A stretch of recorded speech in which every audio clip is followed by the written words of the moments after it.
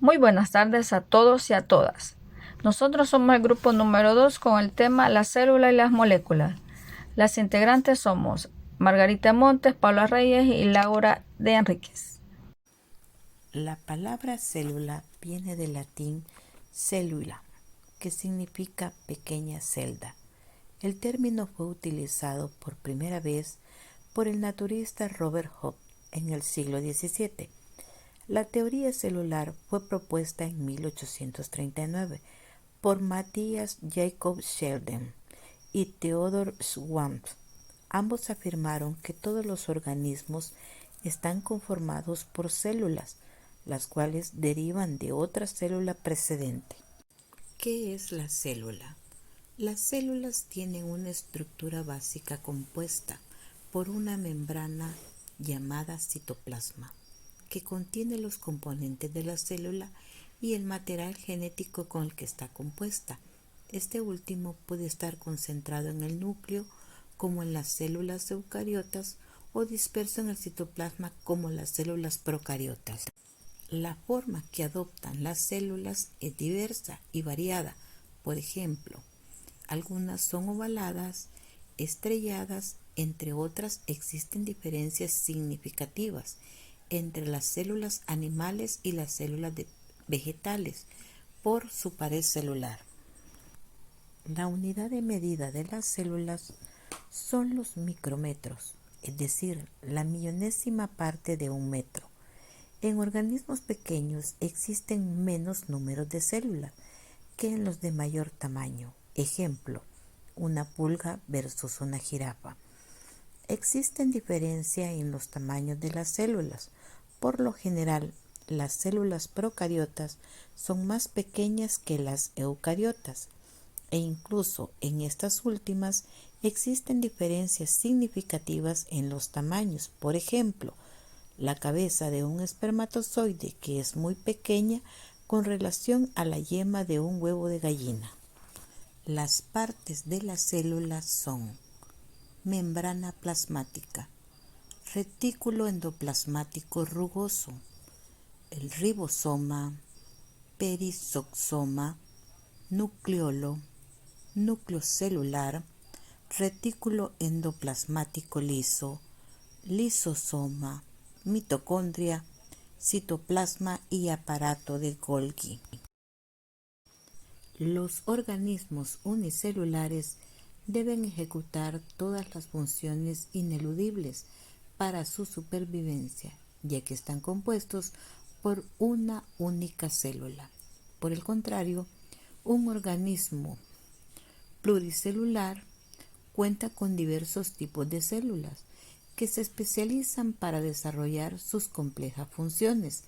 Trabajan de manera mancomunada, buscando de igual manera la supervivencia. Por ejemplo, los humanos tenemos diversas células muy especializadas que realizan variadas funciones, como las células musculares, hepáticas, digestivas, óseas, las neuronas, entre otras. A continuación veremos las células procariota y la célula eucariota. La diferencia entre ambas es que las células eucariotas son las que poseen núcleo celular. A su vez, las células eucariotas pueden ser de tipo animal o vegetal. Las células procariotas, estas no poseen núcleo celular, y ejemplo de ella tenemos las bacterias. Existen dos grandes tipos de células según la presencia o no de un núcleo celular.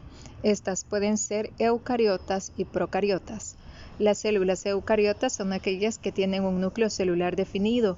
Este núcleo celular está formado por una envoltura nuclear donde se mantiene la integridad del material genético ADN. Los organismos formados por estas células reciben el nombre de eucariontes, por ejemplo, los animales y las plantas. Las células eucariotas pueden ser de dos tipos: la célula animal, que es un tipo de célula eucariota que forma los diferentes tejidos de los animales, ya sea músculos, huesos, neuronas y otros. La célula animal está compuesta por membrana celular, el citoplasma, en donde se encuentran los organelos, y el núcleo celular. Mientras que la célula vegetal es un tipo de célula eucariota que forma las diferentes estructuras de las plantas. Se diferencia de las células animales, en las que además de la membrana tiene otra estructura protectora exterior llamada pared celular. Además tiene cloroplastos, que son las estructuras donde se encuentra la clorofila, el componente indispensable para la fotosíntesis. El segundo tipo de células son las células procariotas. Este tipo de células son aquellas que no poseen núcleo definido, por lo cual el material genético se encuentra disperso por el citoplasma. Se caracterizan porque su ADN y estructuras son mucho más simples que los de las células eucariotas. Los organismos formados por este tipo de células son denominados como procariontes y son organismos unicelulares, es decir, que solo tienen una célula, como las bacterias y las arqueas. Entre las características de las células podemos encontrar que contienen ADN y ARN. El ADN o ácido desoxirribonucleico contiene información sobre el funcionamiento de las células y la transmisión hereditaria de ciertas características de los organismos, mientras que el ARN o ácido ribonucleico es el componente que ayuda a que las instrucciones del ADN sean comprendidas por las células. Su interior contiene fluidos. El interior de las células está formado en gran parte por citosol, un fluido compuesto por agua, proteínas y ADN. Este líquido rodea toda la estructura intercelular. Las células tienen una membrana externa. Su función es proteger las estructuras internas y al mismo tiempo permitir la comunicación con el medio exterior.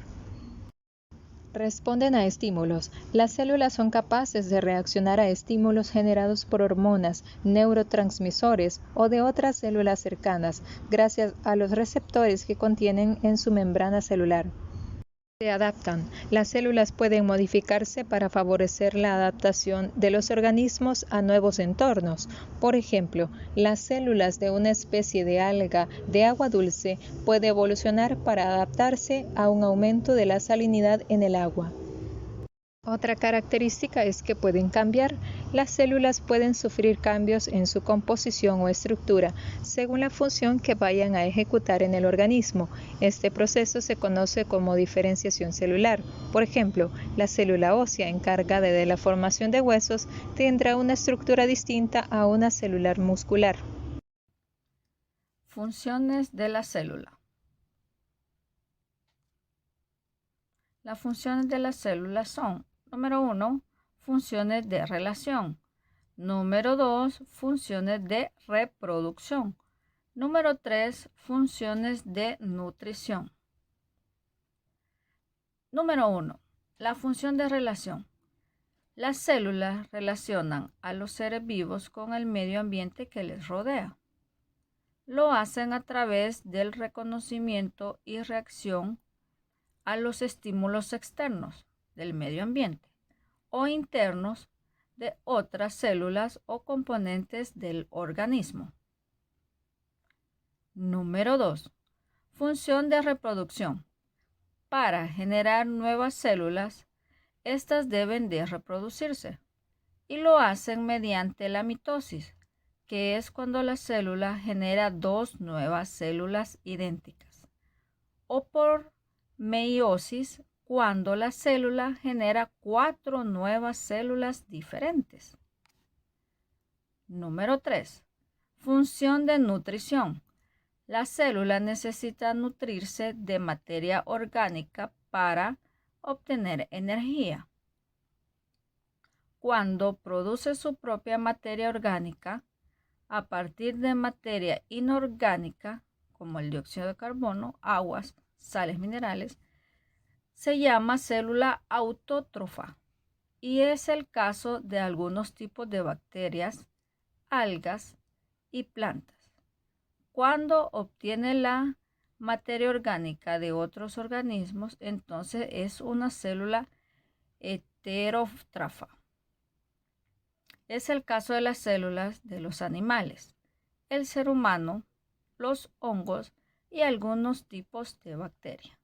Las moléculas. Una molécula es un grupo de átomos, iguales o diferentes, que se mantienen agrupados mediante enlaces químicos y forman un conjunto estable, es decir, las moléculas son agrupaciones de átomos. Características de las moléculas. Masa molecular. La masa de una molécula es la suma de las masas de los átomos que la forman. Por ejemplo, la masa molecular del agua es 18 unidades de masa atómica, o sea, UMA, que es igual a la masa de 2 hidrógenos. Estructura molecular. Las moléculas pueden tener una forma lineal como la molécula de dióxido de carbono, o forma triangular como la molécula de agua, o formando anillos como la del benceno. Tamaño molecular. Las moléculas pueden ser diatómicas con 2 átomos en su composición como el monóxido de carbono, o triatómicas como el dióxido de carbono y el agua H2O, o poliatómicas como la glucosa, que tiene 6 átomos de carbono, 12 átomos de hidrógeno y 6 átomos de oxígeno.